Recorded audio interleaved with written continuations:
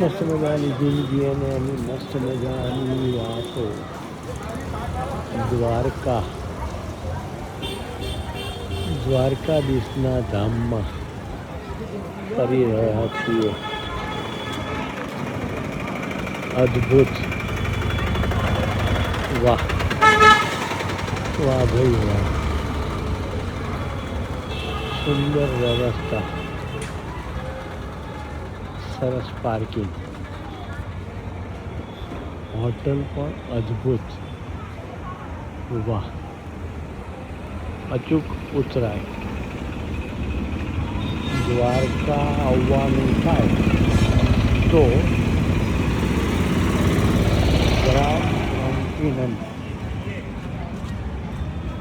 માં અચૂક રહેવા આવવાનું.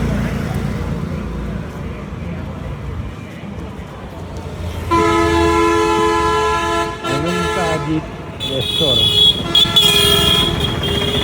કાઠિયાવાડની મજા એટલી છે કે કહેવાય હોટલ અને રિસોર્ટ, પણ તમારી આગતા સ્વાગતા ઘરે કરતા હોય ને એ રીતે કરવામાં આવે.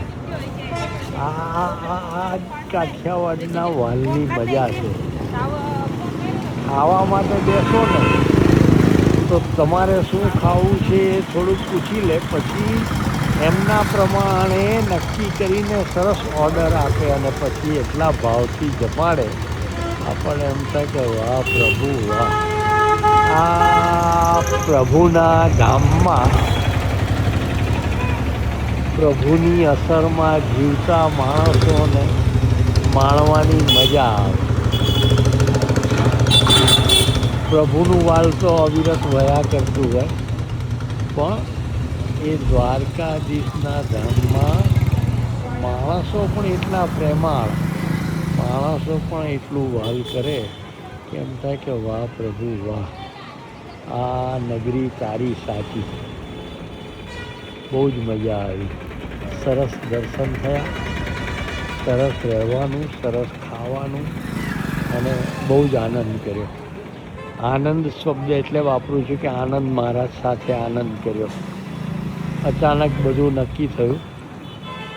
એમ જ ફોન કર્યો આનંદ મામાને કે ભાઈ અમે ક્યારે મળીએ તમને? તો કે આજે તો હું દ્વારકા જઉં છું. તો મેં કીધું અમે તમારી જોડે આવી જઈએ. અરે કે આના જેવું તો ક્યાં ઉત્તમ, કે આવી જાઓ. અને અચાનક પ્રોગ્રામ બન્યો અને દ્વારકાને માણી, આનંદ મામાને માણ્યા અને હવે અહીંથી આગળ પાછા પ્રયાણ કરીશું. હરિ ઓમ.